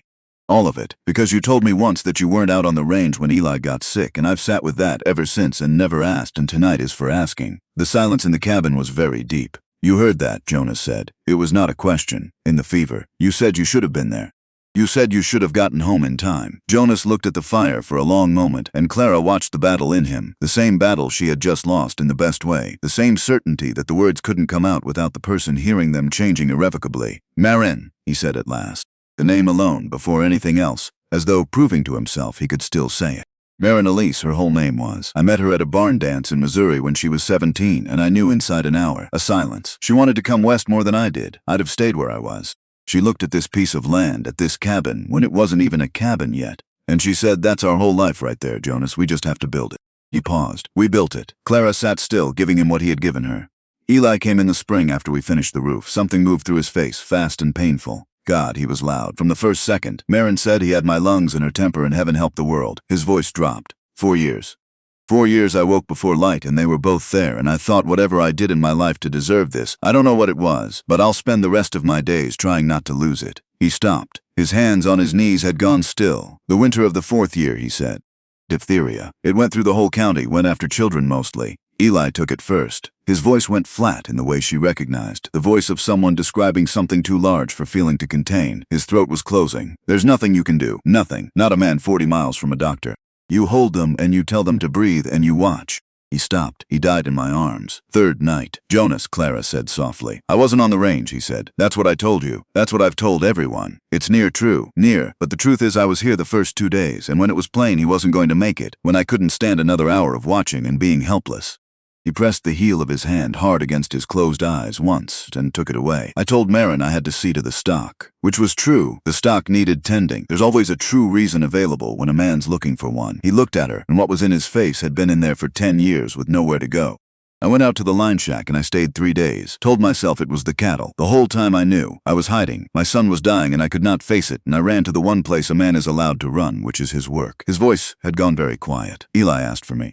At the end, Marin told me when I got back and she was still. He stopped, started again. She told me plain because she was honest and she thought I should know. He asked for his pa. She had to tell a dying 4-year-old that his father was out with the cattle. The fire moved. I chose not to be there, Jonas said. That's the truth of it. And I've been out here 10 years alone carrying that and calling it grief when some of it was something else. Clara looked at her husband of a few hours and she did the thing he had not expected. She moved toward him instead of away. She took his face in both her hands, the same hands that had stitched his leg in the firelight, and she made him look at her. Jonas Reed, she said, you were a man watching his 4-year-old son suffocate to death with nothing you could do to stop it. You ran because you loved him so much you could not bear to watch the world take him and be helpless in the taking. That is not cowardice. That is a heart breaking in the only way it knew how to break. Her thumbs moved on his face. You'll carry the not being there until you die. I know that, and I'm not going to tell you otherwise, because you loved him, and love that size doesn't forgive itself all the way. But you did not kill your son. The sickness killed your son. And you have spent 10 years out here alone punishing yourself for it, the same as I have spent 2 years punishing myself for Daniel. And we are something, aren't we? The two of us, serving out sentences for things that were never ours to be guilty of. Jonas Reed stared at her, and something moved in his face that had not moved in 10 years. How do you do that? He said, very quiet. Turn it so clear when you can't do it for yourself, because it's easier to see straight when it's someone else's grief, Clara said, and something that was close to a broken laugh came out of her. That's the whole trouble, isn't it? I can see you plain, and you can see me plain, and neither of us can see our own selves for anything. And Jonas Reed laughed. It came out of him rusty and surprised, a sound she thought had not been made in that cabin in a very long time, and it turned halfway into something else, and the man who had been silent about the most important things for 10 years put his face into his hands and let go of some portion of what he had been holding. Clara put her hand flat between his shoulder blades, the same way he had done for her, and she said the names back to him softly. Marin, she said, who saw what things could be? Eli, who was loud. Who was loud? Jonas repeated, and it was muffled, and it was broken, and it was also somehow lighter, as though saying the words aloud stripped some portion of the weight from them. They sat like that for a long time, the two of them, on the night of their wedding, the fire burning down low and the cabin going quiet in the way that was peace and not absence. And at some point Clara realized that her head had come to rest against his shoulder and his arm had come around her, and neither of them had decided to do this. It had simply happened, the way the plate had gradually moved to the near side of the table, the way the flinching at doorways had stopped without a specific day attached to the stopping. I don't know how to be married, Jonas said into the quiet. I was, once. But that was two people who thought nothing could touch them. This is two people who know exactly what can touch them and chose it anyway. I don't know how to be married either, Clara said. I only know how to keep a promise. And I made you one today in front of a preacher, Jonas, and I don't break promises, so we'll learn it. Slow, the way you drive a wagon when someone's had a hard day. Slow, he agreed. She felt his lips move against her hair, not quite a kiss, more than nothing. You gave me their names tonight, he said. All 3 of them. And I gave you mine. 10 years, Clara. 10 years I said them only to myself, and they kept getting heavier. His arm tightened. Now I've got a person I can say them to. I can say Eli, and you know who I mean. You know he was loud. You know his mother's name. You know the shape of what I lost. His voice thickened. You don't know what that is. To have somebody who knows who you mean. Clara Reed sat in the firelight of the cabin that was hers now, married to a quiet man who had asked her for the one thing no one had ever asked her for, and she understood that she did know exactly what it was. Because she had it now, too. She had a person who knew that Daniel meant a 16-year-old boy who could find the funny thing inside the terrible thing. Who knew that Eleanor meant a woman who sang off-key in the kitchen without apology. Who knew that Thomas meant ink in a bookbinder's hands that never fully washed out. She would never again say those names only to herself in the dark. There was someone on the near side of the table now who would help her carry them. "Come spring," Clara said, surprising herself with the steadiness of her own voice. "I want to make them a place. Up on the ridge where you can see the whole valley. Stones with their names cut in, all of them yours and mine together, in the same place, in the light." She paused. "So they're not just something we carry in the dark. So when the valley goes gold in the fall, they'll be there to see it." Jonas was quiet for a moment. "Marin would have liked you," he said finally. "It came out rough. That's the highest thing I know how to say about a person." "Then we'll cut her name first," Clara said. "So she's there to approve of me properly." And Jonas Reed laughed again, wet and real, and pulled his wife closer against the cold that pressed at the windows. And outside the last of the winter held the little cabin fast in the enormous dark.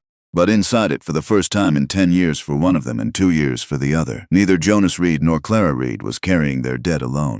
The fire burned down. The names sat easy in the room now, spoken and shared and set down at last between two people who had earned each other the hard way, through a platform and a wound and a fever and a wedding neither had planned and both had needed. And when sleep came for them that night, it came kind. It came without the dead waiting in it. It came the way sleep comes when the weight has finally been put down, not gone, never entirely gone, but shared now, carried between two pairs of hands instead of one. Outside, the snow held the world still and white and silent. On the ridge above the ranch, where the cottonwoods stood bare against the winter sky, the ground waited under its cover of snow, patient as everything in that country was patient, for the thaw that would come in time, and for the stones that would eventually stand there with their names cut in the light where the whole valley could see them. That was still ahead, but it had started here, in the naming, in the staying, in the quiet act of two broken people deciding, against every reasonable argument, to carry the weight together. The thaw came late that year, and when it came all at once, the way mercy sometimes arrives after a hard winter, not gradually but in a single decisive turning, as though the season had simply made up its mind. Clara woke one morning in early April to the sound of water running everywhere, off the roof and down the walls and through the draws in small rushing streams, and she lay still for a moment listening to it and understanding that the ground would soon be soft enough to keep the promise they had made on their wedding night. They cut the stones together, over the course of 2 weeks in April, working in the evenings after the day's other work was done.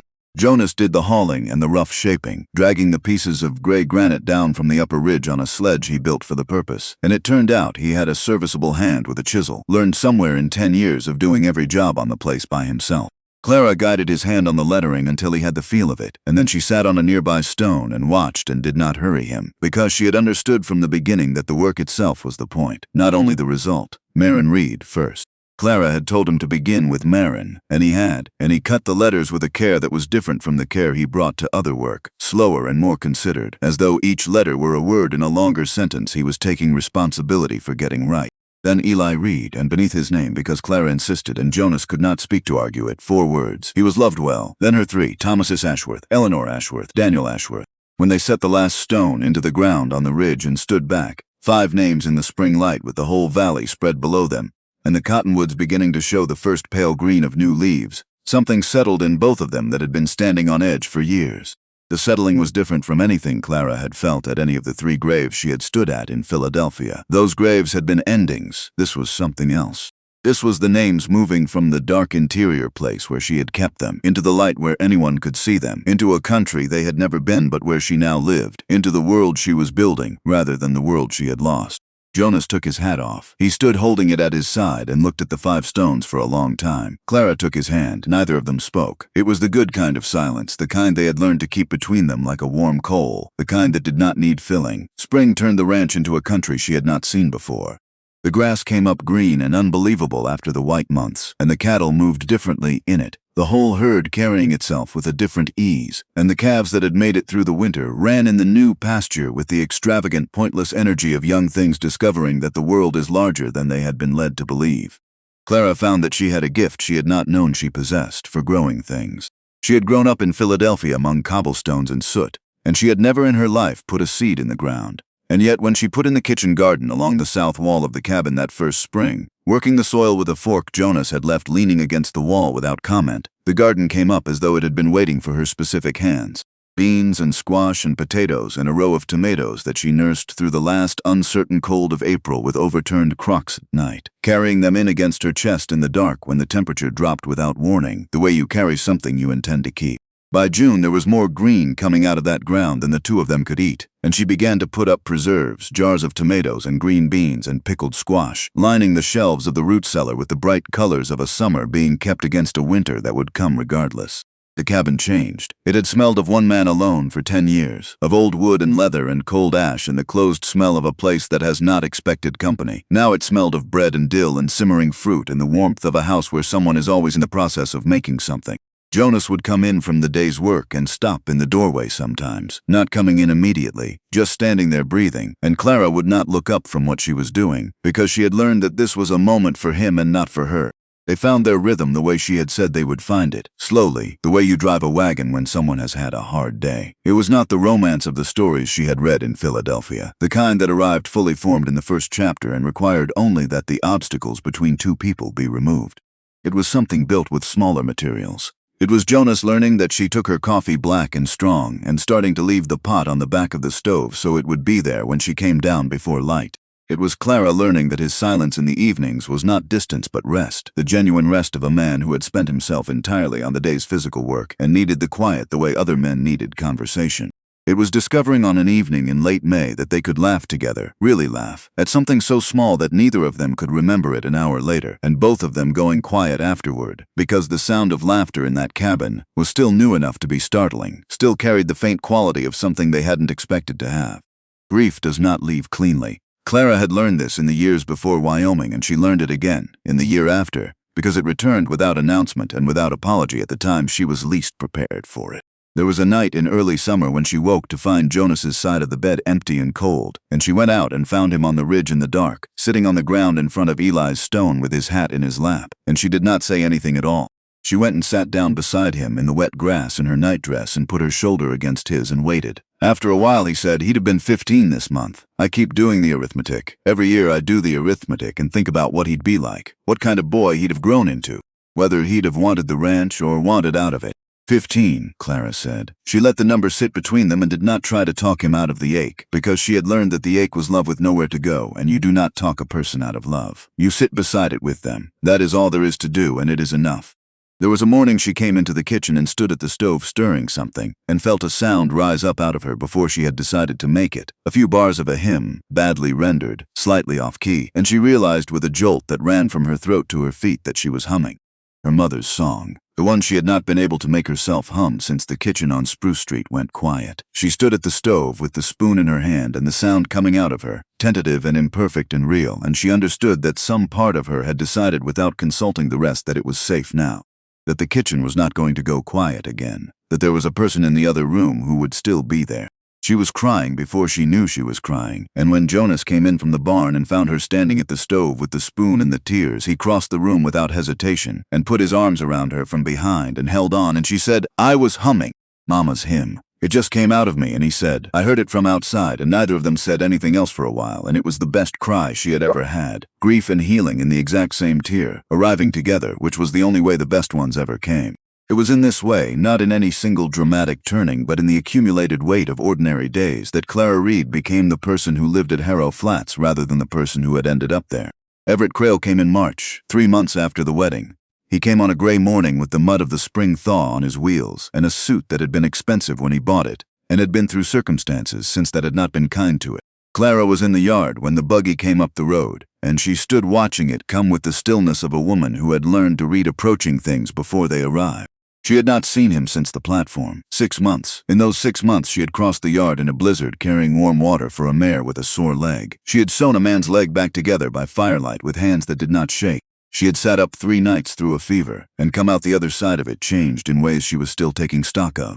She had stood on a ridge in April and cut names into stone. She had put a seed in the ground and watched it grow. She did not feel, looking at the approaching buggy, the thing she would have felt 6 months ago. She did not feel the knees trying to give way or the cold opening in her chest.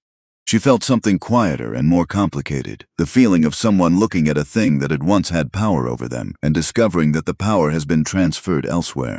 Everett Crayle climbed down from the buggy and stood in the yard and looked at her, and then looked past her at the cabin and the garden and the fat cattle in the near pasture, and she watched him take the inventory of it, and she watched something move through his face that she had seen on the faces of other men in other circumstances, the face of a man adding up a column of numbers and finding that the sum is not what he expected.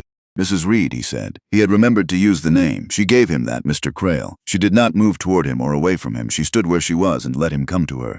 He came and he stopped at a distance that was not quite the distance of respect and not quite the distance of fear, somewhere between the two, and he looked at her with the expression of a man who has driven a long way to say something and is now reconsidering whether he has the stomach for it.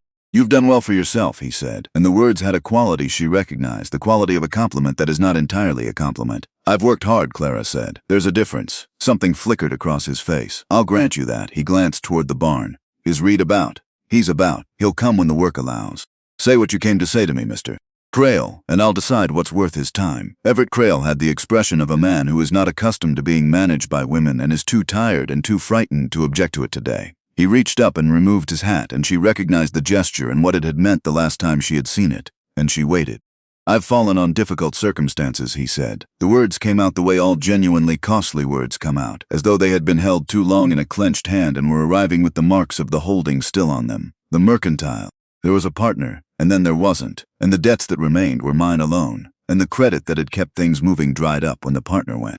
The bank has a note coming due that I cannot meet. He looked at her, and she saw in his eyes the thing she had been watching for, the thing that would tell her what was actually happening inside the performance of this visit. She saw fear. She saw calculation. She did not see sorrow. I've come to ask for a loan. Against the store as collateral, it would be secured. Reed would risk nothing. Clara stood very still for a moment. She let the full weight of what he had just said settle into the yard between them. You have come here, she said, and her voice was level and clear, the voice she had developed for occasions when clarity mattered more than any other quality, to ask me for money. Me. The woman you stood on a train platform and told wasn't worth the ticket you'd already paid for. In front of 40 people. You tipped your hat. Everett Crayle's jaw moved. I was hasty on the platform. I'll own that. A man gets news that frightens him and he takes it out on the woman he's sent for. Clara finished the sentence for him without heat. On the woman who sold everything she owned to make the journey. On the woman who had nowhere left in the world to go when you walked away. She tilted her head slightly. And now your fine life has come apart and you've driven 40 miles in a suit you can't afford to ask me for help. And you're telling me you were hasty. I'm telling you I was wrong. The words cost him. She could see them costing him, each one extracted at some price he was not accustomed to paying. I'm asking you to be the better person. A Christian mercy, Mrs. Reed. That's what I'm asking for. Clara looked at him for a long moment. She looked at the suit and the fear and the calculation and the absence and all of it, of anything that resembled genuine sorrow for the specific thing he had done. She looked at a man who wanted her to be better than him so that he would not have to reckon with how badly he had behaved. A man who wanted her mercy so that he could go on not being sorry. She had nursed a dying man for a year and buried her whole family and been thrown in the dirt in a strange town and built a life out of what was left. And she had gotten very good at reading people down to the place where the performance stopped and the actual person began. She read Everett Crayle now, and what she found at the bottom of him was a man who had never in his life been genuinely accountable for anything, and who was hoping very much that today would not be the day that changed. Jonas, she called, without raising her voice. He had been in the barn. She had known he was there, had heard him moving, and she had known from the way the silence changed when he stopped moving that he had heard the buggy and was waiting to understand what was needed. He came out of the barn now and crossed the yard the same unhurried way he crossed every yard, and he stopped beside Clara and looked at Everett Crayle without particular expression. Everett, he said. Reed. Crayle straightened himself, tried to find the posture of a man conducting business rather than a man conducting a plea. I've explained the situation to your wife. I'd like to discuss the terms of a short-term loan, man to man, if you're willing. I heard most of it from the barn, Jonas said. He glanced at Clara, a brief look, and she gave him the smallest nod, telling him without words that she had said what she needed to say and the rest was his to handle. You want a loan against the mercantile, secured. You'd risk nothing, and if I defaulted, which I won't, you'd have the building and the business. That's a considerable sum, Jonas said. It's most of what I've put by. I know what I'm asking.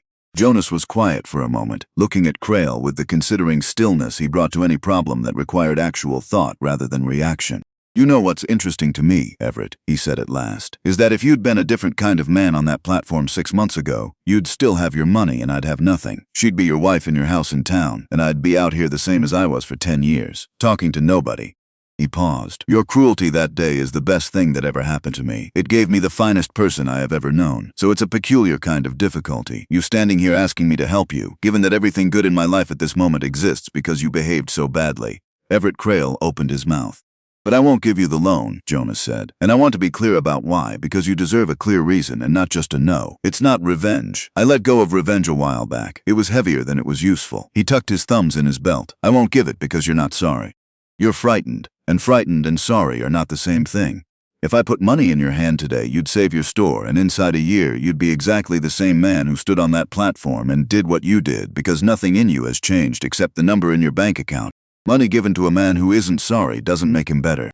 It just funds him staying the same. Crayle's face had gone through several things while Jonas talked. It had gone through the look of a man who expected to be refused and is being refused. It had gone through something that was almost briefly the look of a man hearing something true. And then it had settled into the look of a man whose pride has reasserted itself over everything else. Because pride is the last thing to go, and in some men it is the very last thing, and they take it with them when they go. So that's your answer, Crayle said. No, after all the speech. That's one part of my answer, Jonas said. There's another part. Crayle waited. I won't give you the loan, Jonas said, but I'll give you the only thing I've got that might actually help, which is honest work. You lose the store, you come out here. There's a bunk in the barn, and there's more work than two people can manage well, and I pay fair wages, and I keep my word about paying them. A year of real work, Everett, work that costs you something and teaches you something, might make a different man of you. The kind of man who's sorry for the right reason, which is not because it cost him his store, but because it was a wrong thing to do to a frightened woman on a platform in front of a town that was watching. Jonas held the other man's eyes. On the day you come to me sorry for that reason, and not because you need something from me, I'll shake your hand and call you a friend and mean every word of it. That's my full offer. The yard was very quiet.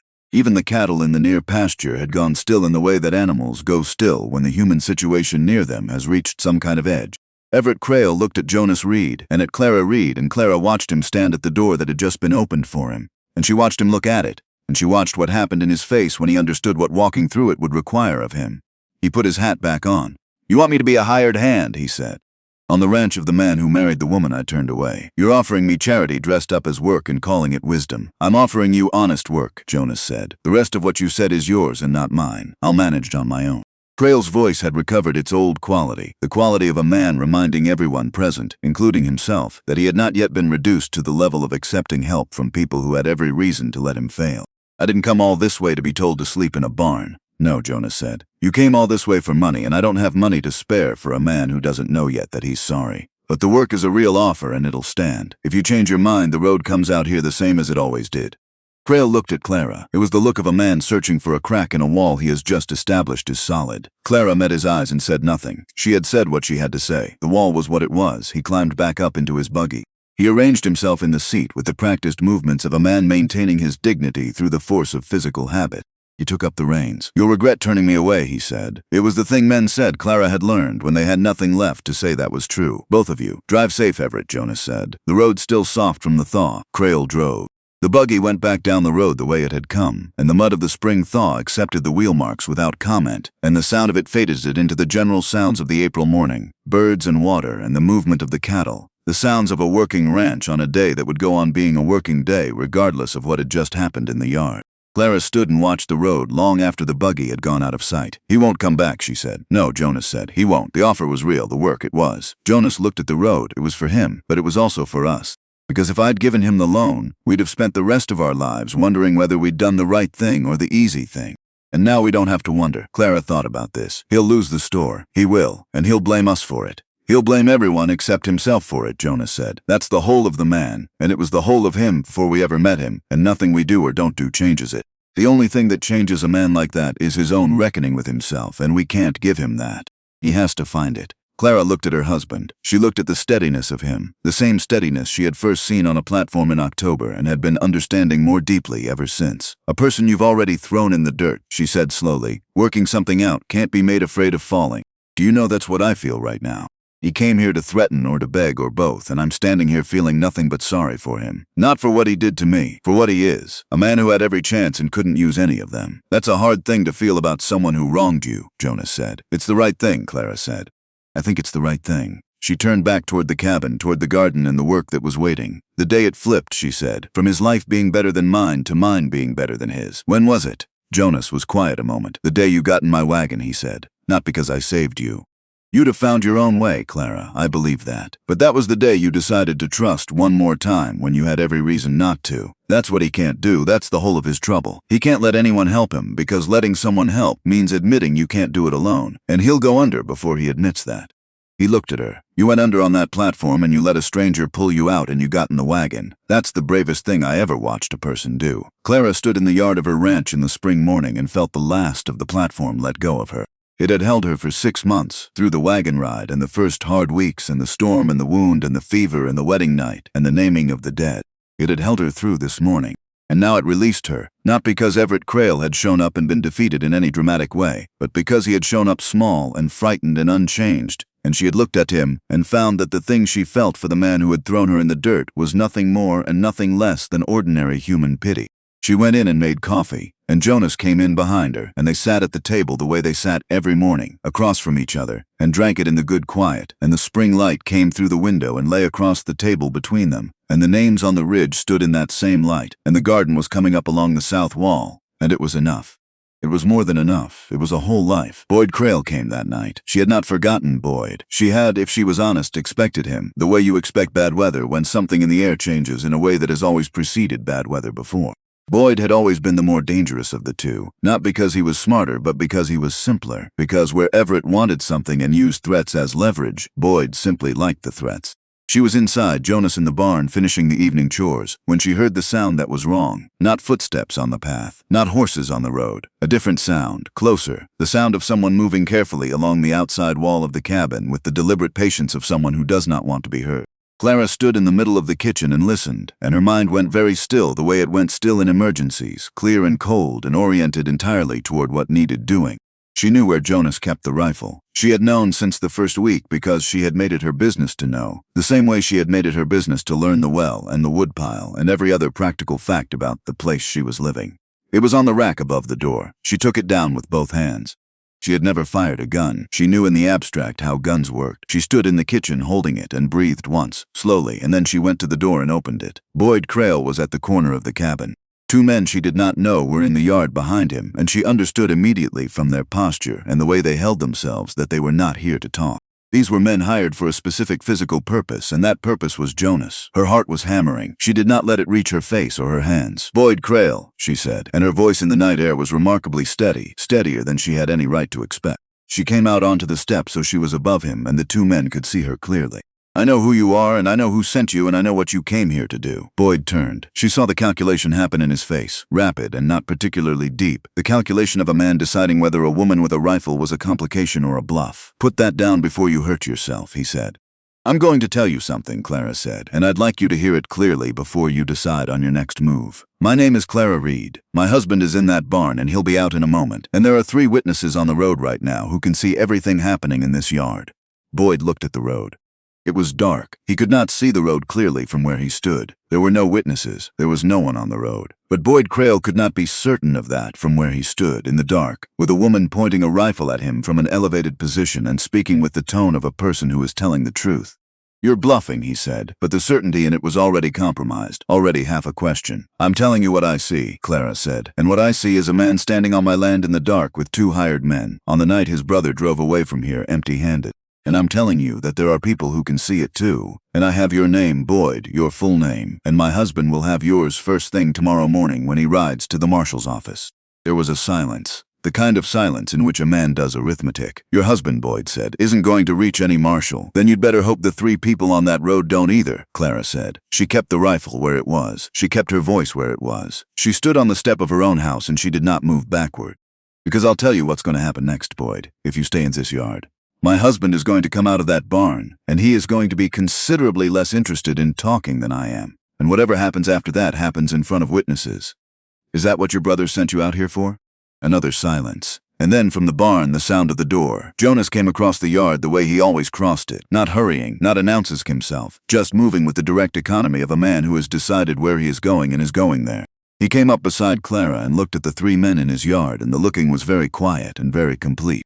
"Boyd," he said. Boyd Crayle looked at Jonas and then back at Clara and then at the road, where the darkness was unbroken, and told him nothing. He looked at the 2 men he had brought, who were looking at each other with the expression of men reconsidering the terms of what they had agreed to. "We're leaving," Boyd said.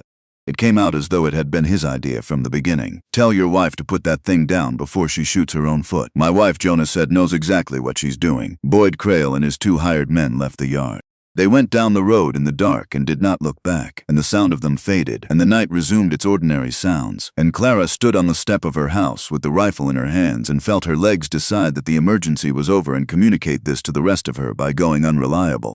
She sat down on the step. Jonas sat down beside her. He looked at the rifle and then at her face and then at the rifle again. "You've never fired that," he said. "No." "Were there witnesses on the road?" "No." He was quiet for a moment. Then he said, "Where did that come from?" "I don't know," Clara said.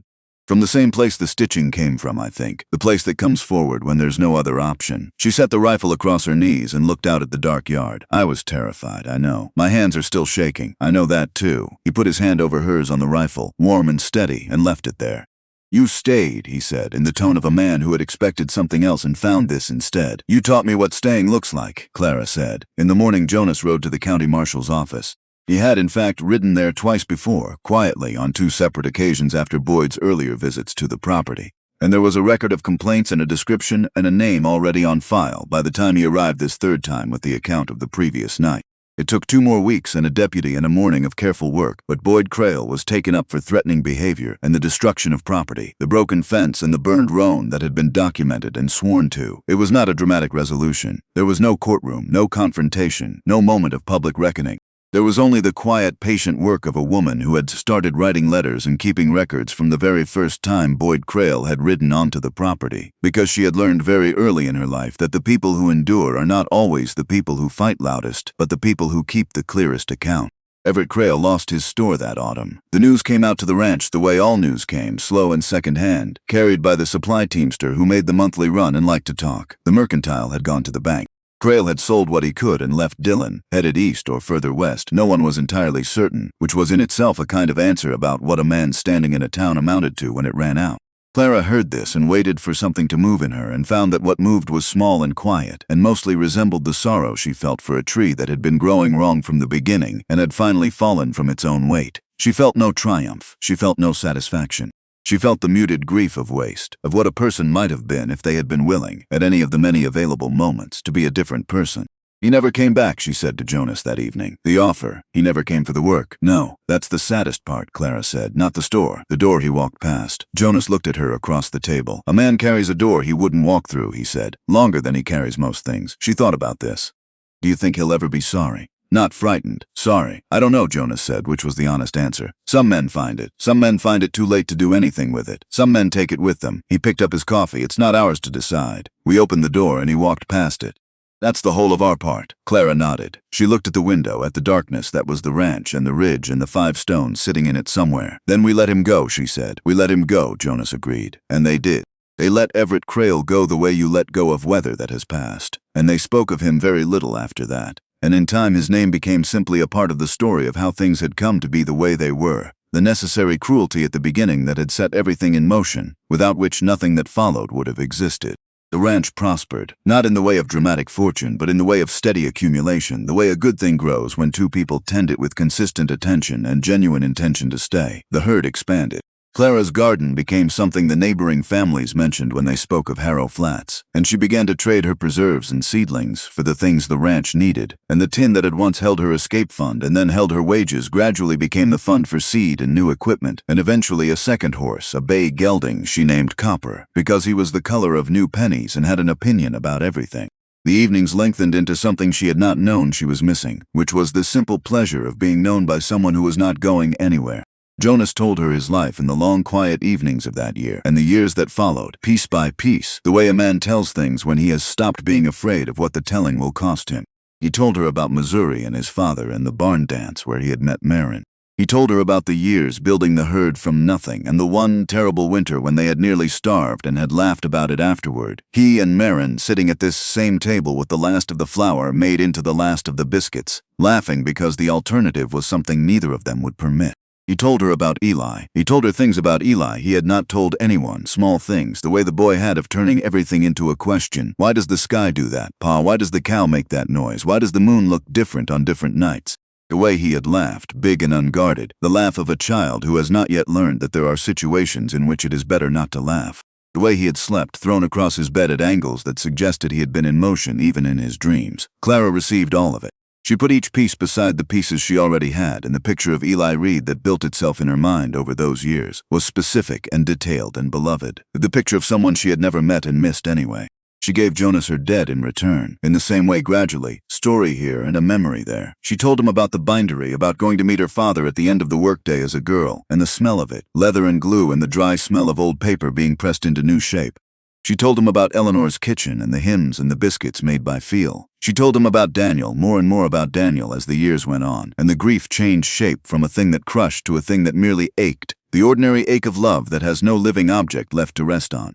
She told him the thing she had never told anyone else about Daniel's death, the thought that had sat in her for 2 years before she said it to Jonas on their wedding night, the thought that he had been paid for 3 weeks of a dying man's life, that this was the arithmetic of what had happened, and she waited, as she always waited when she said it, for the thought to be contradicted.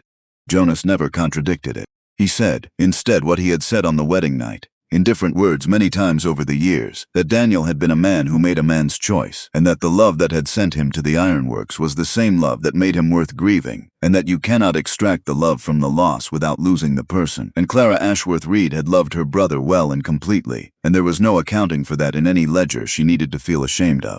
She never fully forgave herself. Jonas had told her she probably wouldn't, and he was right, but she forgave herself enough to live. Enough to sit on the ridge in the evening light beside the stone with her brother's name on it and speak to him out loud sometimes. Tell him about the calves and the garden and the strange fact of her life. How improbable it was, how little it resembled anything she had planned, how much better it was for that. It was late in that second year when Clara understood she was pregnant. She sat with the knowledge for 3 weeks before she told Jonas, in the way she sat with important things, turning them over from every angle, understanding them completely before she put them into words. She was not afraid of the pregnancy itself. She had attended enough births in her Philadelphia neighborhood, had sat with enough women through the work of it, to have a clear-eyed sense of what it required. What she was uncertain of was Jonas. She knew what a baby meant to him. She knew what a living child in his house would cost him in hope and fear. The way hope and fear are always tangled in a man who has loved a child and lost one. Impossible to have one without the other. Impossible to hold one without the other pressing in. She told him at breakfast on a Tuesday morning in October, simply in 6 words, the way she had learned to say the important things. He set his cup down. She watched his hand shake slightly as it set the cup down, and she waited. "I'm afraid," he said. The words came out of him directly, without apology, which was one of the things she loved most about him, the capacity to say the true thing without decoration. "My first thought, Clara, it wasn't joy. It was fear, because I had a boy. I held him, and if something happened, if this child..." He stopped. "I don't think there's enough left of me to bury another child. I don't think I could come back from that." Clara came around the table and crouched beside his chair and took his hands in hers. "Listen to me," she said. "We might lose this baby. I won't lie to you and tell you we won't, because we don't lie to each other. This is hard country and the world is hard and children die in it. We might have this child and lose it and it would break us both." She held his eyes, "but we might not.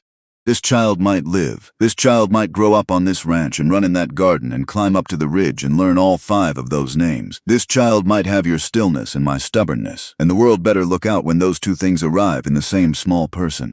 She saw something move in him, not quite a smile, but its precursor. "We do not get the joy without the risk of the grief. That has always been the arrangement for everyone, and you know it better than most. You loved Eli knowing you might lose him, and you did lose him, and you told me once that every single day of him was worth it. You said you'd do it all again." "I would," Jonas said. "It came out rough and immediate, every day of him. I'd do it all again, knowing exactly how it ended." "Then you already have your answer," Clara said. "About this one." Jonas Reed put his hand on his wife's middle, on the child that was barely yet a fact, and he bowed his head, and Clara watched him hold everything at once, the terror and the love and the memory of Eli and the hope that was inseparable from the terror, all of it in his 2 hands. He wept. She held him and he wept, and she understood that this was not grief but something more complicated and more necessary. A man who had shut himself away from the possibility of this specific hope for 10 years finally allowing himself to feel it, fully, all of it, terror and all. The child came in the winter, late January, in the dark before dawn. It was a hard birth. Clara had known it might be, had been calm about this in the months of preparation, had arranged for the neighboring woman, a rancher's wife named Harriet Sloan who had midwifed a dozen births in the county, to come when the time came. Harriet came and the snow was not too deep to allow it, and Jonas was there. He did not leave. That was the thing. In all the long hours of that night, in the fear and the effort, and the moments when Clara's face went gray in a way that stopped his heart, Jonas Reed did not leave the room. He held her hand and he was present, and when she looked at him, she found him there, looking back, steady, and she used his steadiness the way she had learned to use it, as a fixed point to orient by when everything else was moving.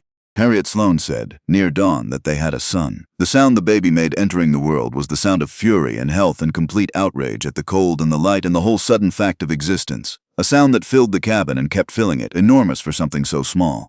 Jonas took the baby from Harriet's hands. He stood with him in the firelight, and Clara watched from the bed, exhausted past the edges of herself, and she waited.